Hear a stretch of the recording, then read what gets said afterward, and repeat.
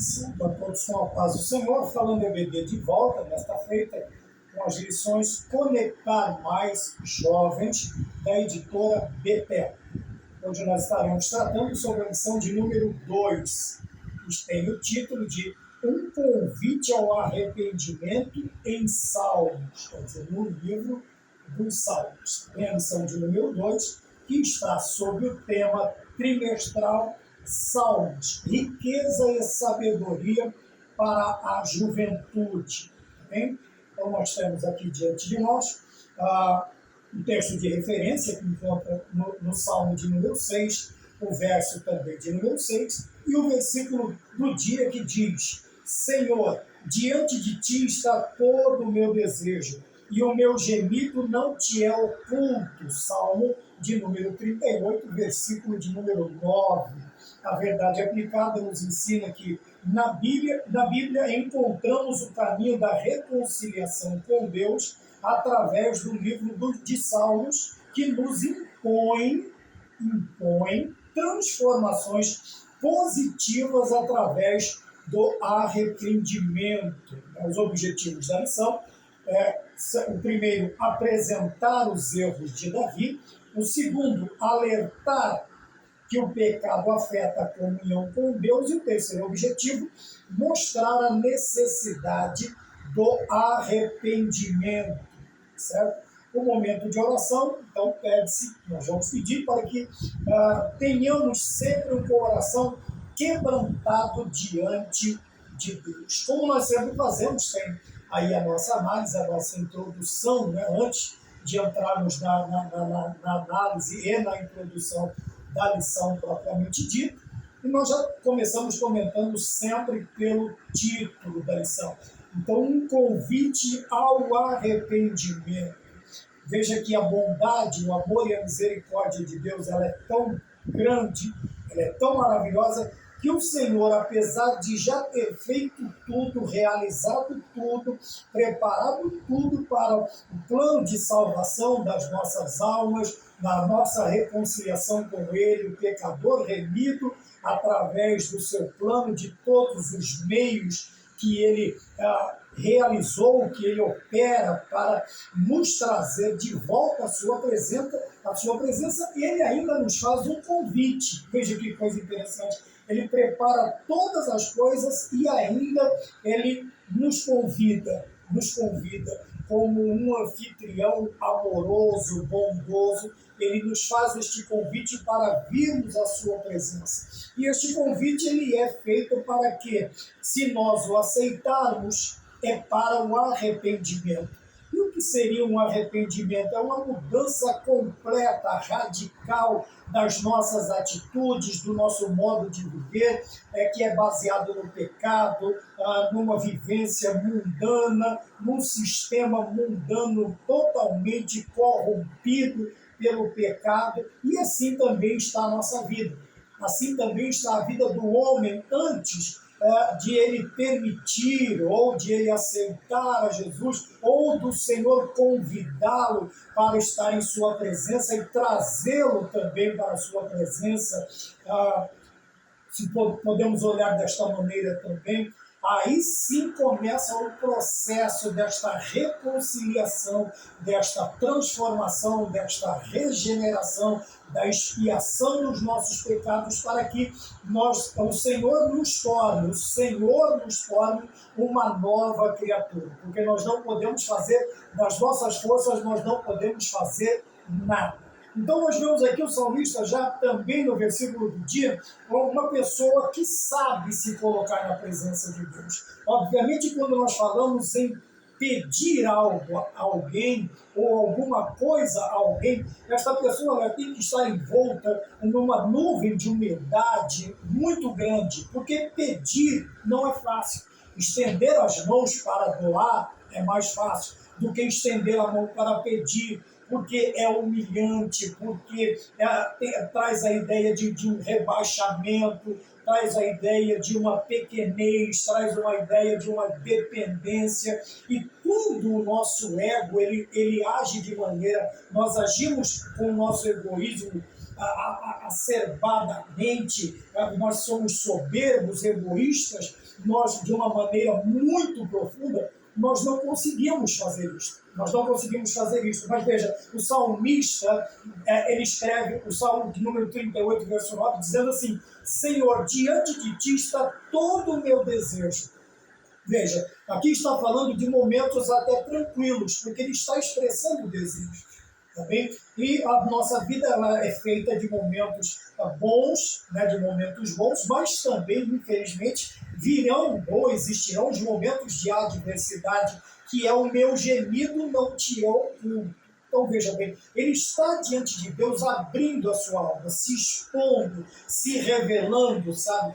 Sendo sincero, tirando as máscaras, tirando tudo aquilo que nós temos o costume de usar diante de homens, diante de familiares, diante de estranhos, mas diante de Deus não adianta, porque o nosso coração não é oculto para o nosso Deus. Os nossos pecados, as nossas falhas, os nossos desejos, necessidades, o nosso gemido não está oculto, não é escondido de Deus, porque o Senhor nos conhece por dentro e por fora, e até mesmo antes de nós expressarmos em palavras os nossos sentimentos, o Senhor nosso Deus também já os conhece, antes mesmo de nós expressarmos as nossas necessidades ou a nossa alegria, o Senhor conhece o nosso coração. Na verdade aplicada, o escritor ele nos ensina que encontramos um caminho de reconciliação. O que seria esta reconciliação? É tornar novamente a paz, sabe, aquela comunhão que havia com Deus antes do pecado,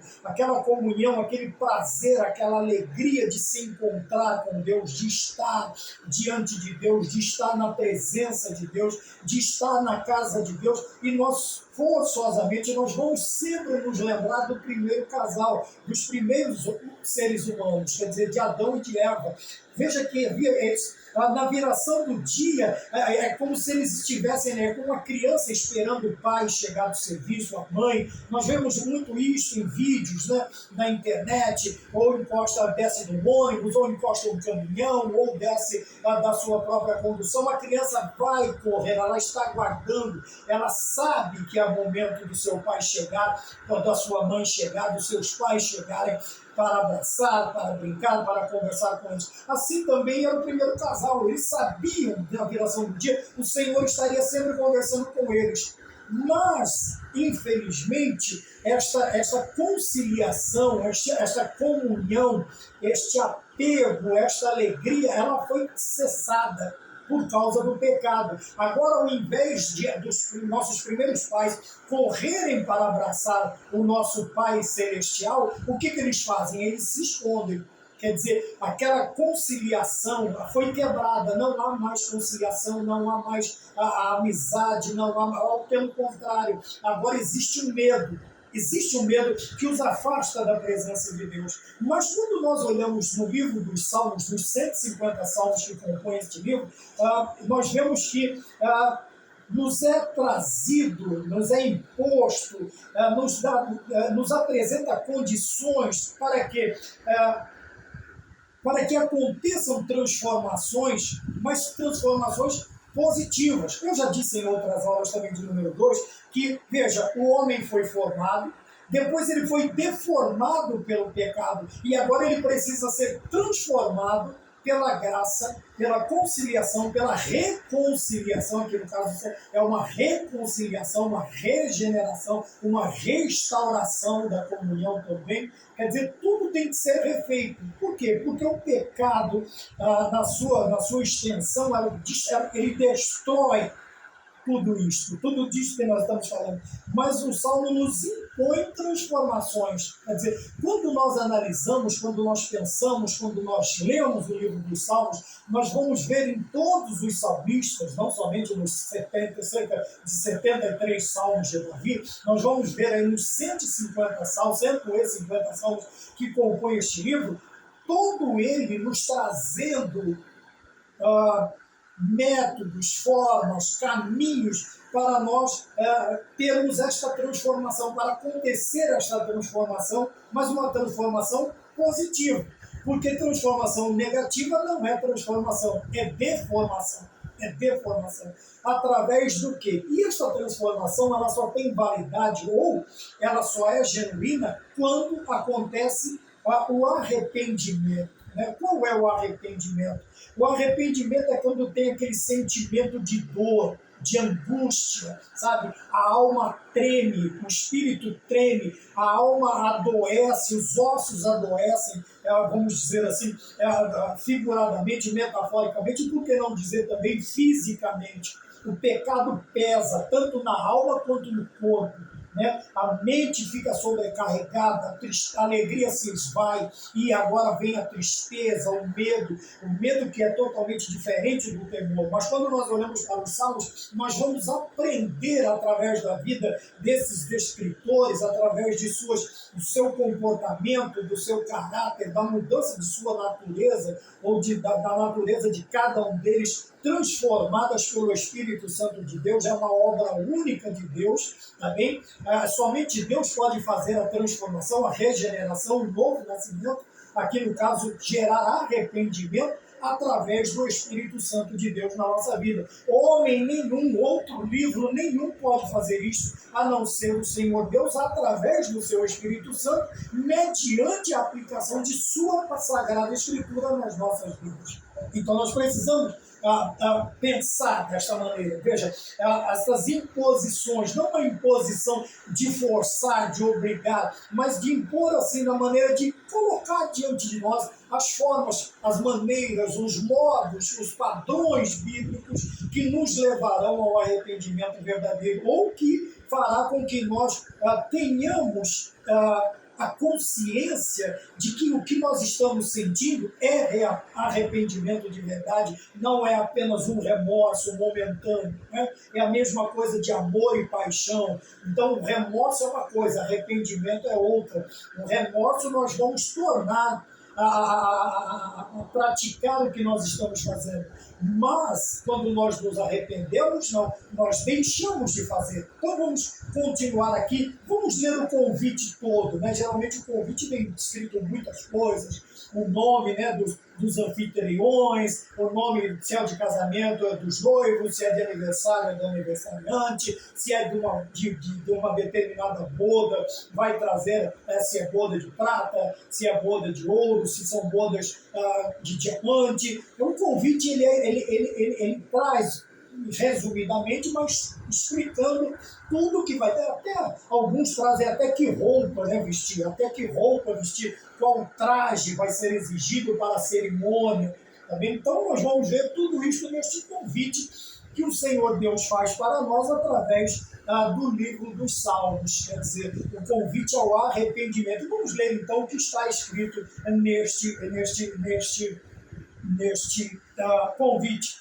convite. Então, o interessante é que nós já começamos a ver, também no momento de oração, que nós precisamos buscar. Existem coisas, né, que nós vamos ver, mas nós precisamos buscar, nós precisamos nos empenharmos, nós precisamos dedicar um tempo precioso e, às vezes, até ir além de determinadas forças.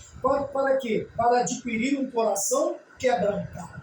Veja, um coração quebrantado, quer dizer, um coração abatido, um coração prostrado, naquele momento em que nós olhamos para nós mesmos e não encontramos forças em nós para realizarmos. É nesse momento que nós nos prostramos, nós nos jogamos aos pés de nosso Senhor Jesus Cristo. Então, o coração quebrantado, ele traz esta ideia de estar, de um espírito abatido, de um coração quebrantado. Quer dizer, eu não encontro em mim e nem em outro lugar a forma de sair deste buraco, deste poço. Então, o que eu faço? Eu vou para a presença de Deus, eu vou me lançar aos pés de nosso Senhor Jesus Cristo, eu vou colocar a boca no pó, eu vou buscar de todas as maneiras, eu vou rasgar o meu coração, como diz a Bíblia, não somente as vestes, como era o costume judaico de rasgar as vestes, né, quando estavam tristes, né? Vemos Jó fazendo isso, ou quando estão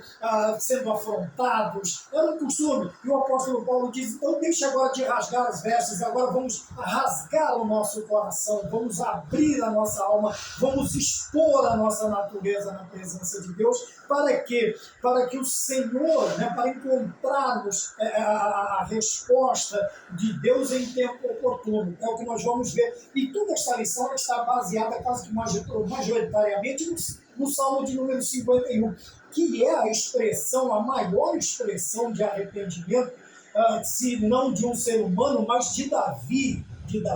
Se você olhar para todas as expressões de Davi, em todos os livros que contam a sua história da Bíblia, os livros dos reis, as crônicas, né, os salmos e todos os livros que vão falar, que vão citar Davi, você não vai encontrar uma expressão de arrependimento, de quebrantamento, de humilhação maior do que o Salmo 51. E esse Salmo 51, nós não podemos ler ele ou analisarmos ele como simplesmente uma escrita. Não, ele é um padrão de vida, é um modo de vida, é um plano de vida. Ali você pode extrair, fazer um planejamento para que a sua vida seja conduzida, tá bem? Para que a sua vida seja conduzida, os teus caminhos sejam traçados pelo ensinamento do Salmo de número 51, do Salmo de número 51. Então, não é passar os olhos, não é? Você vai ver ele dizendo que ele nasce em pecado, que ele é gerado em pecado, ele pede misericórdia, ele pede para o Senhor purificá-lo com sopro, nós vamos falar alguma coisa sobre isso. Você vai ver ele rasgando o seu coração, dizendo, não tire de mim o teu Espírito Santo, que era a única forma, ele sabia que a única forma de ligação entre ele e Deus era a presença poderosa do Espírito Santo de Deus na vida dele, e sem ele também, ele diz, nem a alegria da salvação, porque quando nós olhamos para a vida de Saul, quando o Espírito Santo de Deus se retira da vida dele, um espírito o atormenta. Veja, a alegria sai e agora a tristeza, agora é uma prostração diferente, né? Não é uma prostração de humilhação, mas uma prostração de falta de vida, falta de ânimo, que nós chamamos hoje de muitos nomes, né? Muitos nomes. E nós vamos vendo isso na lição que nós estamos lendo. Na introdução, eu separei aqui que quando nós lemos, né, o escritor ele coloca aqui que os Salmos, o livro dos Salmos, eles nos abrem os olhos, eles nos despertam para quê? Para contemplar as maravilhas. Veja, ainda que falamos de leis, mas nós conseguimos ainda achar, sabe, a preciosidade, ainda que seja em mandamentos, ainda que alguém pegue, mas e essa palavra imposição? Deus impõe. E quando nós contemplamos a maravilha de Deus através de suas sagradas escrituras, agora principalmente no livro dos Salmos, nós encontramos até a beleza, sabe? Enquanto alguns só veem nãos, como nós falamos em uma lição passada da editora Betel, né, da Betel Dominical, das imposições, mas nós não vemos somente nãos de Deus, nós vemos o cuidado de Deus, o amor de Deus, sabe? Para que a nossa alma seja preservada do pecado, seja guardada de tudo, de todo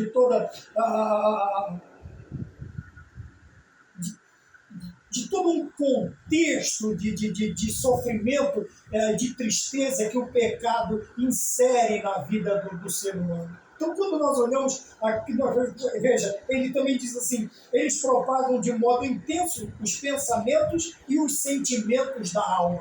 Tá? Então, quando o salmista se chega diante de Deus, veja que ele se expõe de tal maneira que, de uma maneira, a palavra é intensa aqui, né? Quer dizer, de uma maneira bem concisa, bem, sabe, as pessoas olharem e dizer assim, a tal ponto, vamos lembrar de Ana. Quando Eli olha para ela, ele acha que ela está bêbada. Tamanho, a intensidade dos seus sentimentos. E até não havia palavras na boca de Ana, mas não tinha mais o que falar para pedir um filho para Deus. Então aquela mulher agora, ela expõe os seus sentimentos, ela se prostra diante de Deus, e eram tão intensos a tal ponto de um homem agora já sem visão de Deus, sem nenhum tipo de comunhão, de contato com Deus, chegar a pensar que ela estava bêbada, que ela estava embriagada. Até quando você vai se embriagar por causa desse desejo seu? Sabe? Como se fosse um desejo assim, como se fosse mera vaidade dela, como se fosse um egoísmo da parte dela, não, porque eu quero ter um filho. Não, ela queria realmente ser mãe. Então, quando nós queremos algo realmente, os nossos pensamentos e os nossos sentimentos, principalmente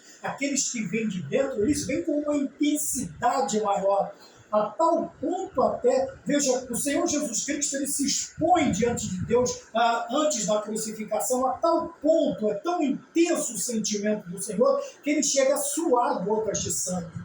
O seu suor se transforma em sangue, ele vai suar gotas de sangue, ele vai transpirar sangue. Tamanha intensidade, sabe o que é isso? Aquele momento a alma está se rasgando, está se dilacerando, está se expondo de uma tal maneira que do lado de fora, o externo, o homem exterior, ele vai representar toda esta angústia, como ele diz aqui, tanto pensamentos, sentimentos, sejam eles alegres ou tristes, no caso aqui, nós estamos falando mais sentimento de tristeza por causa do pecado. Então, a intensidade, quanto maior é o nosso desejo, é o nosso arrependimento, quanto maior é a nossa frustração por nós mesmos, por causa das nossas atitudes, mais intensa será a nossa oração, o nosso buscar a Deus, o estar diante de Deus. E Davi consegue fazer isso. Por quê? Veja, quando nós olhamos não somente para a vida de Davi, como eu já disse, mas dos outros salmistas, aqui no ponto-chave da lição, diz que reflete o que o pecado ocasiona primeiro e é refletido, ele transparece no homem exterior. Veja, a amargura e também a dor. A amargura que o pecado traz e ocasiona a dor. Veja, são sentimentos que você, mesmo não tendo nenhum ferimento visível, sabe, não tem um arranhão, não tem um corte, não tem uma quebradura visível, mas a alma está doente. A alma está doente, está dilacerada por causa do pecado. E ele diz aqui assim, olha, a amargura trazida pelo pecado, ocasionando dor. E esta amargura e esta dor num crente genuíno, porque ninguém está isento de não pecar, ninguém está isento de não cometer erros. Veja, todos nós pecamos, todos nós somos pecadores, mas há uma diferença de quem peca porque gosta, né, não se esforça para não pecar, e aquele que luta, faz de todas as coisas. Vamos lembrar também que, novamente, do apóstolo Paulo, veja, o bem que eu quero fazer eu não faço, o mal que eu não quero está sempre diante de mim, miserável homem que sou.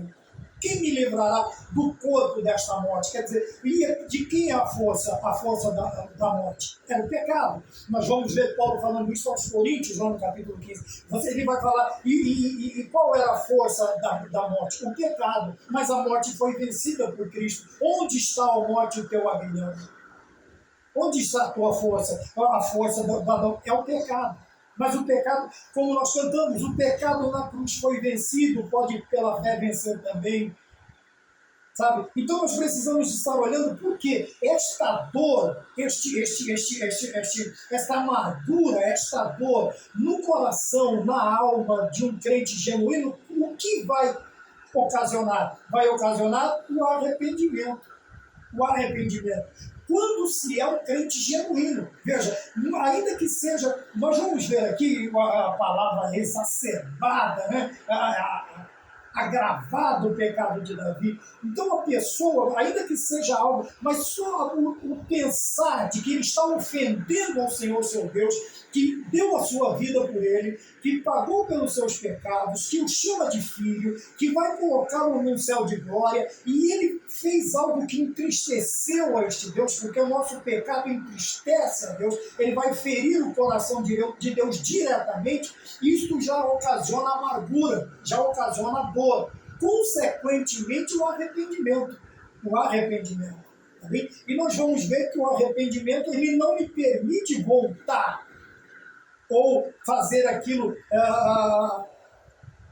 não se torna algo contumaz. diário, constante. Toda vez eu vou fazer. Não, a partir do momento que eu me arrependi, eu simplesmente vou deixar de fazer. Porque o Senhor vai me perdoar. E o pecado ele vai pegar e vai lançar no mar do esquecimento. Então veja, a dor e a amargura ocasionados, trazidos por causa do pecado, gera num crente genuíno, num crente verdadeiramente salvo, aquele crente que tem a consciência de que seus atos e atitudes interferem na sua comunhão com Deus, no seu andar com Deus, ele vai se arrepender. Ele vai se arrepender. Agora, quando nós notamos que não há arrependimento, a pessoa simplesmente faz e ainda diz que faz porque gosta, essa pessoa não quer sequer, não pode ser chamada sequer de cristão. Então, quando nós continuamos a pensar no arrependimento, então nós vamos ver que o arrependimento ele é fruto, ele é ocasionado no coração. Vai atingir direto o homem interior do cristão verdadeiramente. Por isso, no ponto de número 1, nós temos o tema, as confissões do penitente. Existem pessoas que acham que não precisa, eu vou ficar me expondo para qualquer comedor de feijão. Veja, é uma mentalidade completamente adversa às ideias bíblicas.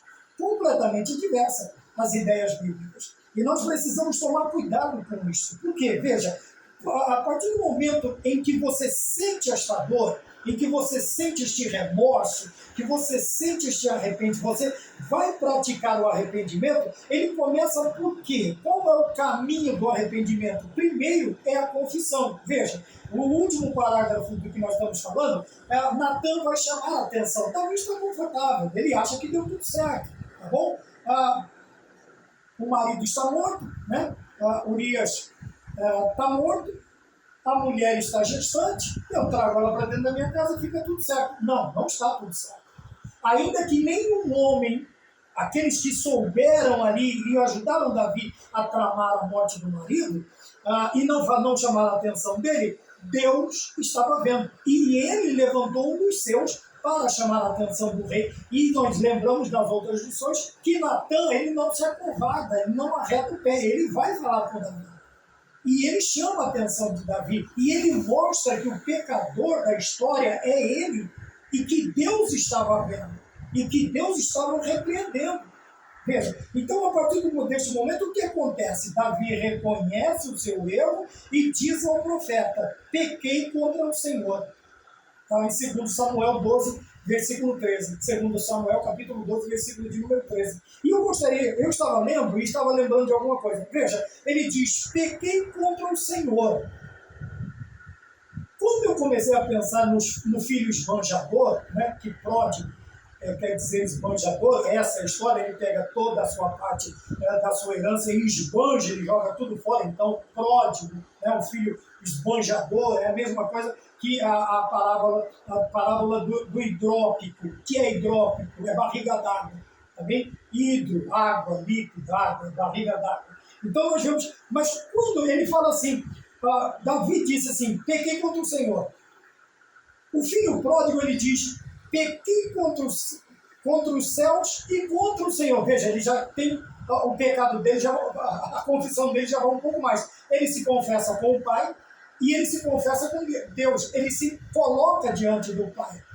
Tá bem? E quando nós vamos mais ainda adiante, nós vamos ver outras coisas, a pessoa vai falar que peca. E muitas vezes as nossas ações impensadas, insensatas, nós ferimos Deus, nós ferimos o nosso ente querido, aqui no caso os dois se confessam diante do Pai, vamos dizer assim, tanto do filho pródigo quanto agora Davi se confessa diante de Deus, pequei contra o Senhor, aí o filho treca contra o pai e contra Deus, transgredir contra os dois, e muitas vezes o nosso pecado tem 3 escalas, porque nós pecamos contra Deus, pecamos contra nossos entes queridos e pecamos contra a igreja, o corpo de Cristo.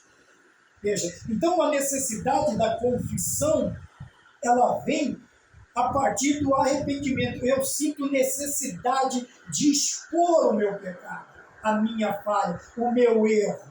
tá? Mas não como uma coisa banal, para tirar um peso da consciência ou para me aparecer, para chamar a atenção. Não, eu estou ali me confessando porque realmente eu estou, veja, amargurado e estou dolorido, a minha alma está doente.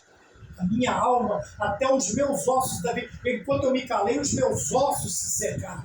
Veja a situação perigosa que é viver no pecado, cometendo o pecado. Então nós vemos que a confissão ela se torna necessária, exigida até pela própria alma do pecador. Ele precisa fazer essa penitência, ele precisa fazer este ato de contrição, ele precisa se expor, ele precisa tirar aquilo, expor para fora. Logicamente que você não vai falar com qualquer um. Temos grandes homens e mulheres que servem a Deus, temos grandes líderes aí que você pode confiar a sua vida. Se bem que não são todos. Não é porque ele tem um determinado cargo ou uma determinada cor de cabelo que ele seja maduro, que seja uma pessoa de confiança. Não são todos, mas tem. Tem. E você precisa, você, nós precisamos confessar o nosso pecado. Então veja bem, Davi, quando ele reconhece, mas veja, para confessar o pecado eu tenho que reconhecer. Eu tenho usado esta figura do doente.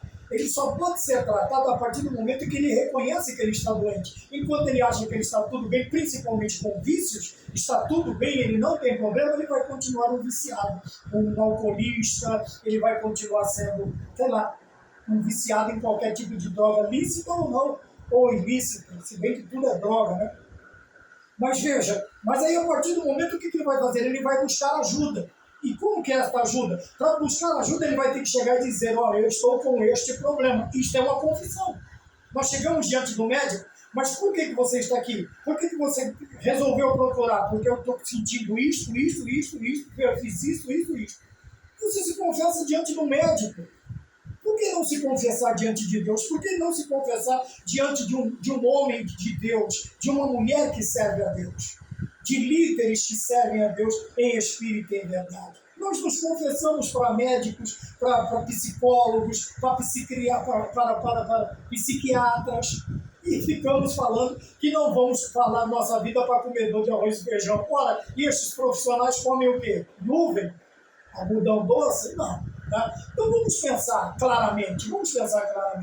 Aprendendo com os erros de Davi é o ponto 1 dentro das confissões. Tá? Por quê? A partir do momento que ele agora confessou, ele reconheceu e confessou, agora vem mais uma parte. A próxima parte é o quê? Suplicar pelo perdão.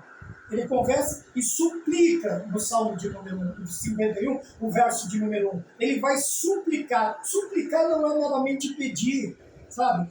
Se quiser fazer bem, se não quiser. Não, é você se expor, como eu já disse, é uma intensidade nesta súplica tão grande que você não se levanta enquanto você não ouvir a voz de Deus, enquanto você não sentir a presença de Deus, enquanto você não ouvir a voz de Deus e sentir que este pecado foi arrancado da sua vida, das entranhas do teu coração. Então a próxima que Davi confessa o seu pecado e suplica ao Senhor. Veja que não é uma mera oração, não é uma simples conversa, mas uma súplica. Sabe? Quando nós vemos a mulher pedindo pelos seus filhos, quando nós vemos o centurião pedindo por seu servo, quando nós vemos aquele pai suplicando pelo filho que ora era lançado na água, ora era lançado no fogo, nós vamos ver pessoas que, quando a intensidade desta súplica é tão grande que o Senhor chega a dizer assim, nem em todo Israel eu vi tamanha fé, nem em Israel eu vi tamanha fé. Veja que coisa impressionante, a tal ponto do Senhor parar numa romaria de milhares de pessoas do lado dele. O simples toque, a súplica daquela mulher, num gesto, foi tão, sem palavras, mas foi tão expressivo que o Senhor Jesus Cristo parou e disse, alguém me tocou. Veja, a súplica daquela mulher, a súplica gestual daquela mulher, sem palavras, fez com que o Senhor parasse a sua caminhada e dissesse, alguém me tocou, alguém me tocou. Então nós precisamos pensar nisto. Muitas vezes nós colocamos obstáculos por causa da nossa arrogância, do nosso egoísmo, e às vezes nós temos medo, sabe? de sermos mal interpretados, de alguém fazer chacota e sair espalhando. Mas, ore a Deus, o Senhor te colocará num lugar muito bom para que você possa expor o seu pecado, para que eu e você possamos expressar e o Senhor arrancar, né, esta doença, este câncer que corrói a alma, que corrói os ossos, que corrói o espírito e corrói internamente, vamos dizer, metaforicamente falando. Então ele pede, ele suplica o perdão. Tá? E nesta súplica, quando nós pedimos perdão, nós estamos pedindo para quê? Para que o Senhor nos purifique. Por quê? Porque o pecado suja. Tá? O pecado suja, o pecado mancha. Vamos lá para aquela boda no céu, todo mundo vestido de branco, mas entra alguém e tem uma mancha. Eu não sei qual era o tamanho da mancha. Poderia ser pequeno, mas o Senhor viu que a veste dele não estava correspondendo, não estava obedecendo aos critérios, a um requisito para entrar na festa. E pergunta-se a ele, como é que você conseguiu entrar aqui com essa veste manchada?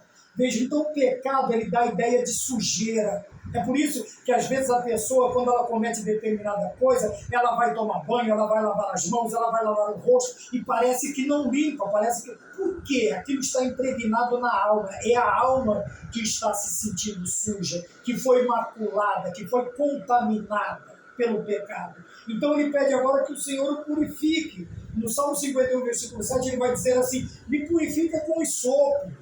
Era uma forma de aspersão. Hoje você tem um aspersório, né, que coloca a água ali dentro, é uma esfera de metal com muitos furinhos, e aquela água vai sendo aspergida sobre as pessoas. No Antigo Testamento, nós vamos ver isto, sabe como? Quando foi molhado o sopro no sangue do cordeiro e passado, como se fosse uma brocha de pintura, eu não sei qual o outro nome dá. Tem a trincha também, eu acho, né, a trincha, alguma coisa parecida com isso. Eu sei porque eu fico escutando os pintores, eu sou curioso, então eu fico escutando os profissionais falarem para que eu tenha pelo menos uma noção quando eu falo alguma coisa. Veja, você vai ver, era um arbusto, eram folhas que eram feitos nos chumaços, né? Lembra? E tem pessoa que faz hoje no churrasco, ele faz aquela, molha na água saloba, na água com sal e fica passando na carne para ela não ressecar ou para pegar um pouco mais de tempero.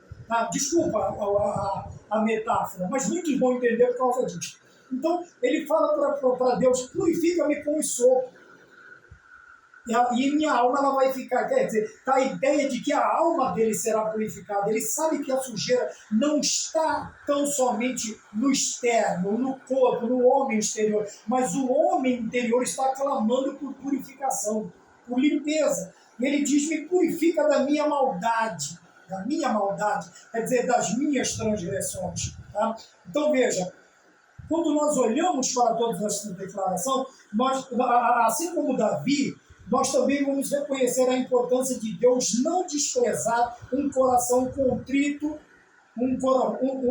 desprezar um quebrantado e contrito coração. Isso está em Isaías, se eu não me engano, 57:15. Tá? Eu estou no alto, habito no alto sublime trono, mas também habito com abatido e com contrito de coração. Veja que toda esta decisão de Davi está baseada numa coisa, em algo muito importante, a misericórdia de Deus. Quando nas Lamentações de Jeremias ele diz assim, as suas muitas misericórdias são a causa de nós não sermos consumidos. Porque as suas misericórdias, elas se renovam a cada manhã. Então Davi vai, porque ele tem esta ideia, ele sabe, ele conhece Deus como um Deus misericordioso. E que ele se importa, e que ele não despreza um coração quebrantado e contrito. Não despreza. Tá? Quando há um genuíno arrependimento e nós nos chegamos a Deus desta forma, o Senhor não vai desprezar, o Senhor não vai nos dispensar sem antes nos perdoar. Assim como ele fez e falou todas as vezes, vai e não peques mais, os teus pecados estão perdoados, pega a tua cama e anda. Veja, são citações de um Deus misericordioso. Mesmo sabendo a nossa condição humana, a nossa fragilidade, a nossa pecabilidade, a nossa incapacidade de compreensão, né, tanto das coisas boas quanto das ruins. Veja, o título da lição já diz o convite, ele nos convida. Nós cantamos todos os meses, né? Nos convida a cear com o celestial, maná, que de graça a Deus nos dá. Veja, o Senhor está sempre nos convidando, sempre batendo a porta, como está no livro do Apocalipse. Ele está sempre nos chamando. Porque nós vamos ver que quando Davi, quem quebra o pacto da aliança, Davi não é Deus. Mas quem busca sempre a reconciliação não é o homem, é Deus. É Deus que busca a reconciliação, é Deus que busca estar perto, trazer para perto novamente o seu filho, para perto de si, o seu amigo, o seu servo. Tá bem? Então veja, por isso o ponto de número 1, 2 diz o quê? O que está de pé vigie. Né? Isso aqui é o apóstolo Paulo quando ele diz, aquele que cuida está de pé, não cai. Cuidado, não cai. Por quê? Veja, a queda de Davi, agora vem aquelas palavras que eu disse, Davi teve uma queda tão exacerbada, eu achei interessante, dentro do dicionário, colocar aqui, ela foi tão agravada, ela foi tão grave, ela é tão... Por quê? Ela se torna tão chamativa, porque, veja, ele peca com a mulher e peca contra o marido. Então é algo que, seja que pecado, ele não tem tamanho, não tem cor, pecado é pecado. Não tem pecadinho, pecado e pecadão. Não tem pecado branco, amarelo, vermelho, cor de rosa, roxo, não tem nada disso. Pecado é pecado. Tá bem? Então nós vemos, mas existem as agravantes, assim como na lei. Assim como na lei. Se você vai falar assim, não matarás, aí tem arma de fogo, arma branca, sei lá, com as mãos, aí tem os agravantes, excesso de crueldade, premeditação, papapá, tem os agravantes, tá bem? Mas esses agravantes, eles vão fazer o quê? Com que o tempo de condenação seja maior. Isso vai pesando no tempo, mas a condenação já é certa. A condenação já é certa. Eu estou falando do padrão humano, tá bem? Se bem que o inferno é igual para todos, o céu é igual para todos também. Quem for para o céu é para todos, a morada de Deus. E quem for condenado à segunda morte, também o sofrimento é para todos, tanto também para os seres celestiais que foram derrotados, que caíram do céu juntamente com o seu líder, né, com Satanás. O sofrimento vai ser igual, não vai ter negócio de alguém estar sentado no trono cutucando o outro, não. Todo mundo vai sofrer igual. Ali no céu, todos terão o mesmo privilégio. Não vai haver diferenciação. Não tem diferenciação. Então não fica achando que você vai chegar no céu, cavar a rua de ouro, ou tirar uma pedrinha da sua coroa. Tá bem? Todos terão os mesmos privilégios, os mesmos direitos. Tanto é que ninguém vai chegar primeiro no céu. Os que já partiram, dormiram no Senhor, estão nos aguardando. Os que já partiram para o arrebatamento e os para a ressurreição, a primeira ressurreição, e os outros para o arrebatamento da igreja. Mas todos chegarão juntos, não vai ter primeiro, segundo, terceiro, ninguém vai escolher lugar na mesa. Tá bem? Veja, então eu uso a palavra exacerbada, eu coloquei aqui agravado, grave. Ficou pior, porque e isso faz com que nós nos lembremos de algo. Nos lembramos do quê? Da compulsão de Davi. O que é compulsão? Está aqui, ó. É uma exigência interna, é um desejo, é um rebuliço interno que faz com que o indivíduo seja levado a realizar certa coisa ou a agir de determinada forma. Veja, é aquele impulso, vamos dizer assim, como que nós falamos, aquele instinto animal, incontrolável. A pessoa tem que fazer. Tem pessoa que se justifica e depois quando ele vê o ato dele é tão exacerbado, vamos usar a mesma palavra, que ele só tem uma coisa para pôr a culpa, foi o diabo. Veja, não. É a sua compulsão, é esta exigência, esta necessidade interna que leva ele a fazer alguma coisa, a agir de uma determinada forma. Então, nós nos lembramos desta compulsão de Davi. No caso, a compulsão, né, nós podemos tirar a conclusão desta compulsão do ato que ele praticou, que ele cometeu. Tá bem? Então ele tinha todas as mulheres solteiras e virgens. Não, mas ele foi justamente cobiçar uma mulher casada. Então veja que a compulsão, aqui qual é esta exigência interna, qual é essa necessidade interior? É quase que um instinto animalesco, sabe, incontrolável humanamente falando. E somente Deus pode controlar este velho Adão, somente Deus pode controlar. E dá longa série de penalidades. Veja, agora fala das consequências daquele ato. A criança gerada, infelizmente, ela não nasce. Ela não nasce. Mas vem o segundo rei, que é Salomão, desta mulher. Mas nós não temos só isso. Nós temos um filho dele que vai violentar a própria irmã. Né? Nós temos o outro filho dele, Absalão, que dorme com todas as suas mulheres, excetuando sua mãe. Ele põe uma barraca, ele constrói bem na entrada da cidade para todo mundo ver o que ele está fazendo. Ele persegue Davi, ele depois acha-se pendurado nos cavalos de Mamre e lá ele tem o fim dele. Veja que às vezes nós achamos que as nossas atitudes elas não terão ou até o mesmo inimigo, ao nos incentivar a cometer determinadas coisas, ele vai dizer, não tem importância, né? E se tiver, é pouca coisa, né? O pessoal tem o costume de brincar com coisa séria, é pouca coisa, não sei o quê, mas veja, as penalidades que fizeram parte da sequência de uma vida, da sua vida, uma história lastimável. Quer dizer, uma vida que tinha tudo para ser uma história de cabo a rabo, de felicidade, de alegria, mas a partir de um determinado momento em que Davi transgride a vontade de Deus, ele ofende a Deus, ele entristece a Deus, ele peca, mesmo com todo o seu arrependimento, consequentemente o perdão de Deus para a sua vida, as consequências são inevitáveis, elas virão, não existe isto. Plantou, vai colher. É a lei da semeadura. Posso ser perdoado, restaurado a minha posição, restaurado, né, restituído, como alguns tinham o costume de cantar antigamente, mas as consequências virão. Foi assim na vida de Davi, foi assim na vida de Saul, foi assim na vida de Eli, foi assim na vida de Salomão, foi assim na vida de todos os que agiram aleivosamente na presença de Deus.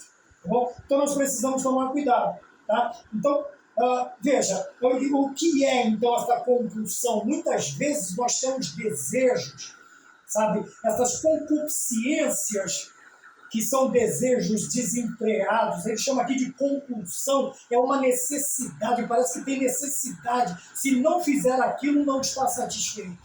E aqui nós vemos que muitas dessas nossas compulsões, elas são o quê?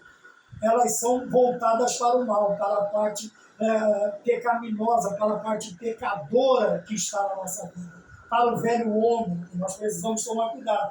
Também ponto. Agora vamos para o ponto de número 2. Por que o pecado? Por que confessar? Por que deixar? Porque o pecado afeta a nossa intimidade com Deus, o nosso relacionamento com Deus. Veja, por pecar, Davi rompe seu relacionamento com Deus. É aquela ideia que eu já expus. Deus nunca se afasta, Deus nunca abandona, Deus nunca rompe relacionamentos. Veja, por pecar, Davi rompeu o seu relacionamento com Deus, a sua intimidade com Deus. Porque Deus é perfeito, ele não precisa mudar, ele vai continuar onde ele está. Quem se afasta, quem rompe, quem se distancia, quem quebra contratos é sempre o homem. Graças a Deus, no nosso Deus nós não vemos este defeito e nenhum outro defeito, porque não há. Nosso Deus é perfeito. Tá bem? Então veja, o pecado afeta a intimidade com Deus, quer dizer, aquela comunhão, aquele relacionamento. Lembra da alegria do filho correndo para receber o pai, para receber a mãe que chega do serviço? O netinho que corre para abraçar o avô, para abraçar a avó. Isso é uma comunhão filial, é algo, sabe, que está emaranhado no coração, este sentimento maravilhoso. Mas a partir do momento em que nós cometemos alguma coisa errada, que nós transgredimos, o filho que corre para abraçar o pai agora corre para se esconder do pai. O neto se esconde porque tem vergonha da avó do irmão, porque fez alguma coisa errada. Mas o interessante é que nós, sendo maus, como o Senhor Jesus Cristo disse, Veja, quando eles se voltam para nós, confessa. Eu fiz, mas então, a gente tem a questão também de, às vezes, a gente erra. Mas isso não foi nada. Não, foi sim. Entristeceu ele, foi alguma coisa que para ele foi muito grave. E nós não podemos tirar esta ideia, porque, veja, assim como o medo é um dispositivo de segurança, também o temor a Deus é um dispositivo para nós nos mantermos incólumes, imaculados, também distantes do pecado.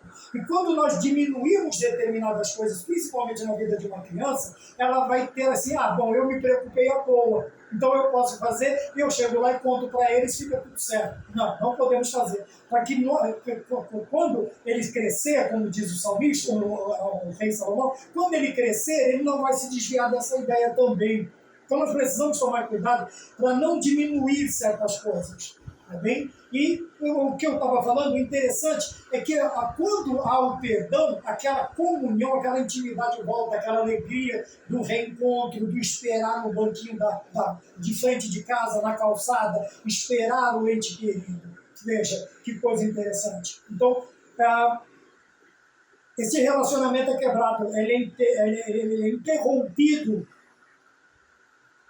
no coração do crente genuíno que vai se arrepender momentaneamente, mas daquele incontinente, daquele que não se arrepende, daquele que não vê nenhuma maldade nas atrocidades que ele comete, esse distanciamento poderá perdurar pela vida toda. E também no porvir, na vida eterna. Tá bem? Ponto 2.1, um salmo para abrir o nosso coração. Tá? Por quê? Quando nós lemos o Salmo, nós vamos ver o escritor diz assim: o Salmo processa inteligentemente um gesto de sentimento, expectativa e confiança em Deus. Veja, este sentimento, que é tanto o sentimento de tristeza para pedir perdão, quanto o sentimento de alegria por receber o perdão. Depois ele fala de uma expectativa. Mas essa expectativa, ela não vai gerar ansiedade. Por quê? Porque toda essa expectativa, toda esta espera, ela vai estar o quê? Pacientemente. O salmista Davi diz, esperei com paciência. Então, esta expectativa, ela vai ser paciente, ela não vai gerar ansiedade. Por quê? Porque ela está baseada, alicerçada na confiança em Deus. De maneira única, quer dizer, a sua confiança está totalmente disposta, colocada diante de Deus, em Deus. Tá? Esperei com paciência no Senhor. Ele se inclinou para mim e ouviu o meu clamor. Então veja que esse gesto que é expressado pelos Salmos, ele nos mostra que é um gesto de sentimento, tá? Mas não é qualquer sentimento. É uma expectativa, mas não uma ansiedade, sabe? Aquilo que não me deixa em paz. E é uma confiança paciente, por quê? Porque ela está toda colocada em Deus.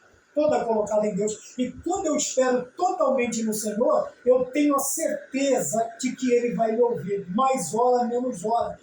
Vou citar novamente o Salmo de número 30, o verso de número 5, que diz o quê? O choro pode durar uma noite. Eu não sei qual é o tempo desta noite, não sei. Mas o Senhor vai me ouvir.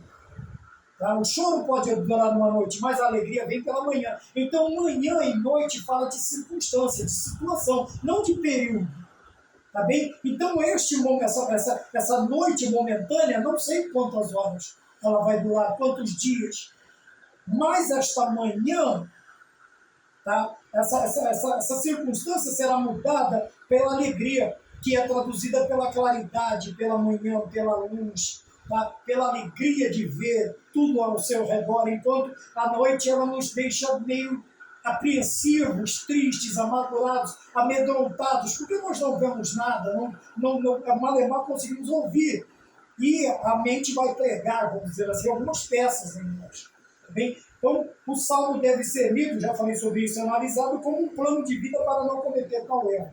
Tá bem? Quando nós olhamos tudo isso, vai servir de exemplo. Quando olhamos em Hebreus capítulo 12, ele vai dizer assim, nós que temos diante de nós uma tão grande nuvem de testemunhas. Então essa aqui, ela pode entrar nesta nuvem. Este testemunho, infelizmente, a primeira parte ruim, que é o pecado, mas a segunda parte boa, que é o arrependimento, e a terceira parte melhor, que é o perdão, para fazer isso, já dá um plano, já dá um planejamento. Então começa planejando como? Veja, a parte ruim, que eu não devo fazer. A segunda parte, se eu fizer, eu preciso, é uma exigência que eu preciso praticar, que eu preciso fazer, que eu preciso buscar. E a terceira parte, ela é maravilhosa por causa da certeza de que ela vai acontecer na minha vida. Você vê? Traçamos um plano, montamos um esboço de sermão, só falta um tema, só falta um texto, mas está tranquilo, o texto do Salmo 51. Podemos montamos um esboço, tá? Um plano, como ele diz aqui, um plano de vida para não cometer tal erro. Por quê? Ele nos ajuda a abrir os olhos, a abrir o coração a uma conversão verdadeira, genuína, autêntica, não remorso. Tá? O arrependimento, ele realiza uma conversão, nós mudamos de pensamento, nós mudamos de atitude, a nossa natureza é mudada, nós somos mudados lá dentro, para que o homem exterior ele transpareça tudo aquilo que Deus realizou no homem interior, toda a regeneração, transformação, salvação, tudo vai ser trazida à tona através de um viver, de um modo, de um padrão de vida totalmente baseado na palavra de Deus e na pessoa de nosso Senhor Jesus Cristo. Então, o segundo ponto, por que começa aqui? Jovem, não abra mão do Espírito Santo. Porque o desespero de Davi, como foi a palavra que nós lemos, a intensidade que gerou o pedido, a súplica, a solicitação de Davi, primeiro ficou o quê? Porque ele ficou com medo de que o Espírito Santo se retirasse dele.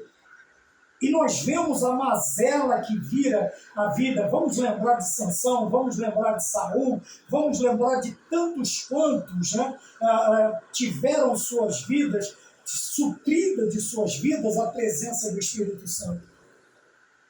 Sansão simplesmente agora vai virar um títere, vai virar um fantoche na mão dos filisteus. Saul vai viver agora uma vida triste, amargurada, ao final ele tira a sua própria vida. E Davi, ele sabe, ele conhece esses contextos, e isso gerou nele medo. Essa convivência com Deus e no meio do povo de Deus, nós temos lições importantes.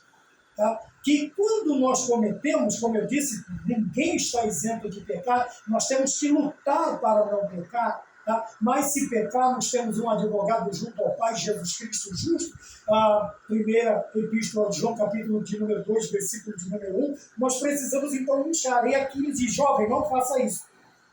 Não abra mão do Espírito Santo. Por quê? Davi fica com medo. Tá bem? Então, veja que não é um exagero dizer que Davi estava apavorado com a ideia de perder o Espírito Santo. Por quê? Eu já disse no início, o Espírito Santo é o elo de ligação, é aquele que faz a ligação entre nós e Deus, é a religião, é o religare. O Espírito Santo é aquele que nos mantém. Veja que quando nós não temos palavras, quando a nossa oração não passa de murmúrios, o Espírito Santo interpreta. Ele interpreta as nossas orações diante de Deus. Ele vai dizer para o Pai, ele vai dizer, é isto que ele está falando, é isto que ele não tem palavras, ele não consegue, ela não consegue, mas é isto. Ele vai interpretar, ele sabe interpretar uma lágrima, uma palavra, ou até mesmo só um murmúrio, ou um silêncio, em momentos tão difíceis. Então Davi sabia que sem o Espírito Santo em sua vida, não há vida legítima, não há vida verdadeira, não há vida abundante, não há alegria, não há felicidade, não há esperança, não há nada. Não há nada. Está vendo? Por isso o ponto de número 3. Olha, a necessidade, por isso a exigência do arrependimento. Tá? Exigência, eu estava olhando, é como assim, é um sinônimo. E eu achei interessante, então eu tenho trazido bastante este sinônimo de necessidade. Tá? É como uma exigência, eu tenho que fazer isso. Tá? A mesma necessidade interna que impulsiona a pessoa a fazer determinadas coisas ou agir de determinadas formas, essa necessidade também é uma exigência que nós temos que cumprir, que temos que realizar, para quê? Para que aconteça esta mudança, essa transformação, essa regeneração. Veja, sua consciência está desassossegada. Por isso eu disse que a alma fica doente. A psique, consciência, o travesseiro tem pregos, a cama é de pedra. Em contrapartida, quando você está em paz com Deus, você põe a sua cabeça numa pedra, dorme e sonha com uma escada ligando os céus e a terra. E anjos subindo e descendo, como Jacó viu. Tá bem? Quando o crente está em paz com Deus, Romanos capítulo 5, versículo 1, se ele deitar no chão e pôr uma pedra por travesseiro, o sono dele vai ser do justo. Em contrapartida, se você tem o peso do pecado, a sua mente, a sua mente ela está desgostosa, está desassossegada, você não tem paz. Pode deitar em nuvens, se cobrir com sei lá o quê, pelo de carneiro, pluma, pena de pavão, daquele cisne, sei lá, de alguma coisa. Você não tem sossego, não consegue descansar, porque incomoda, a alma está incomodada, a alma está perturbada. Tá bem? Então nós vemos aqui, por que a necessidade? Primeiro, para você ser liberto deste peso. Por isso Jesus Cristo diz, vinde a mim, vós que estáis cansados e oprimidos. Tá? Capítulo 28 de Mateus, perdão, versículo 28 a 30 de Mateus capítulo 11, desculpa. Então você vai ver o Senhor nos convidando para entregar este fardo a Ele e receber o fardo dele, que é leve e é suave, aprender dele que ele é humilde e manso de coração. E encontraremos descanso. Veja, aqui a consciência do salmista está desassossegada. Quer dizer, não tem sossego, não tem descanso. Mas quando nós vamos a Cristo, venha Cristo, nós encontramos paz e sossego. Tá bem? Eu estou acelerando porque eu esqueci de colocar o cronômetro aqui para não irmos muito longe. Até que ele reconhece o seu pecado e alcança a misericórdia divina. Então nós voltamos àquela exigência.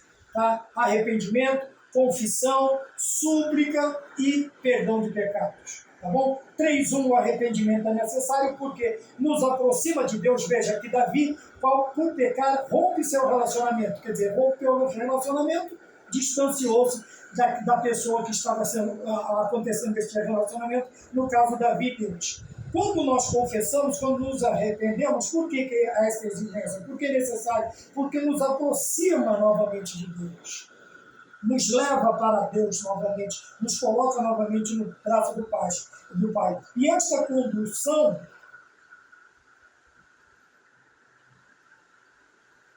se não acontece, agora é o inverso. Tá?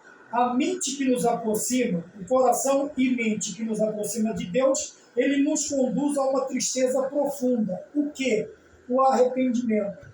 Tá? Se não houver esta tristeza profunda por causa do pecado, enquanto nós estávamos, né, como cantava, se não me engano, Jair Pires, né, o pecado não dói, não dói. Se o pecado doesse, ninguém dormia, né, porque ia ser uma gritaria infernal, vamos dizer assim.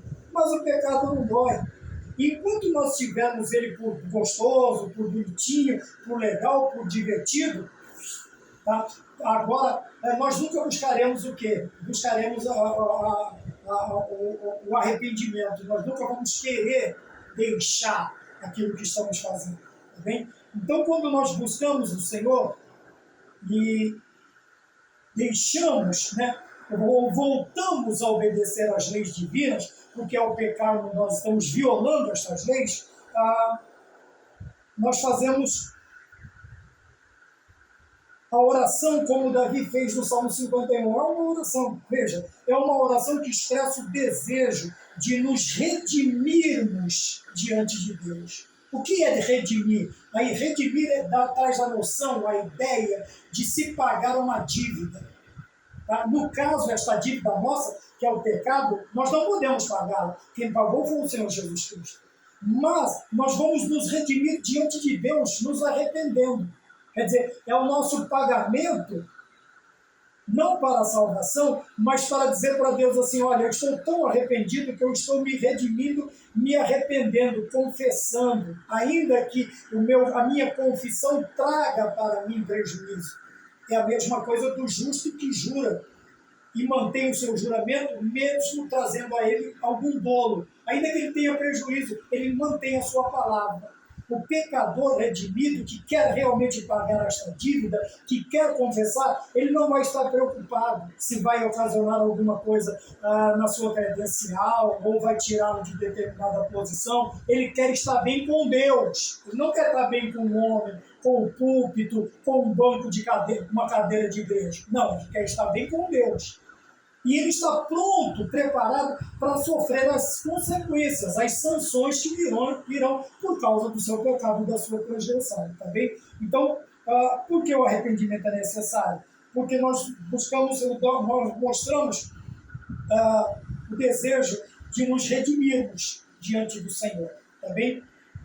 Então, o verdadeiro arrependimento, eu coloquei aqui, nasce de um coração quebrantado e humilhado. Tá bem? Então, o arrependimento, outra coisa, quando o arrependimento vem, nós não podemos, a tradição está assim, o arrependimento não pode ser algo a ser procrastinado. Procrastinado, quer dizer, ele não pode ser postergado, não pode ser adiado, ele não pode ser deixado para depois, talvez nós não tenhamos tempo. Tá? Então, o arrependimento ele tem que ser agora, já. Me arrependo, confesso, busco a Deus e recebo o perdão. Tá bem? Então, a palavra procrastinar é você empurrar com a barriga, é você adiar, deixar para depois, para um outro dia, tá? Para um outro momento, postergar. É deixar para depois. Você não pode. Porque talvez nós não tenhamos tempo. E outra, enquanto nós formos adiando, não acontece a mudança da nossa vida. Então nós vamos viver aquela vida sem o ponto de número 3.2 finalizando. Se o arrependimento nos leva a sorrir novamente, a procrastinação do nosso pecado vai nos deixar, enquanto isto, vivendo tristemente. Tá? Angustiado, desassossegado, como nós vimos. Então, o escritor diz assim, é em conteste notarmos que muitos vivem infelizes por não admitirem seus pecados. Isso nós estamos falando, e nós vemos essa realidade não somente na igreja. Quantas famílias o marido está angustiado porque está em transgressão com a esposa, com os filhos, a esposa do mesmo modo, o filho contra o pai, contra a mãe, a casa está triste, porque, sabe, não tem como nós entendermos de uma forma diferente. Por isso que ele diz que é em contexto, não tem como contestar esta realidade. Onde há transgressão, onde há o pecado, há infelicidade. Por quê? Porque você vai estar desassossegado, como nós dissemos, perturbado, a alma doente. Você não tem coragem de olhar o outro nos olhos. Você não tem coragem de encarar o outro. Fique tranquilo que eu não vou dizer encarar de frente. Você não tem coragem de encarar a pessoa. Você vai estar sempre olhando de lado, buscando um objeto para mirar. Veja, por não admitirem seus pecados, o que os impossibilita de voltarem a sorrir. E o problema não é somente esse. Quanto mais nós postergamos, quanto mais nós adiamos esta a questão da confissão, do arrependimento, de tudo isso, o que acontece? A falta de alegria na vida vai nos levar a situações, a condições perigosas. Tá? E aqui, como está na lição, diz assim, que a falta de alegria pela vida tem levado muitos, infelizmente, a darem cabo de suas existências. Infelizmente. Sabe, às vezes, a pressão é tão grande na mente da pessoa, na alma, ele fica tão angustiado que a única saída que ele vê é esta. Mas eu quero dizer uma coisa, ainda há saída, e a saída é Jesus Cristo de Nazaré. É nos arrependermos dos nossos pecados, é confessarmos os nossos pecados, é suplicarmos por perdão e recebermos o perdão de Deus em Cristo Jesus para a nossa vida. Amém? Se não, você acha que não tem mais nada o que fazer para melhorar a sua vida, procure o Senhor Jesus Cristo. Eu tenho certeza que Ele tem uma saída para você. Amém? Que Deus nos abençoe e até a próxima aula, se assim o Senhor nos permitir. Amém.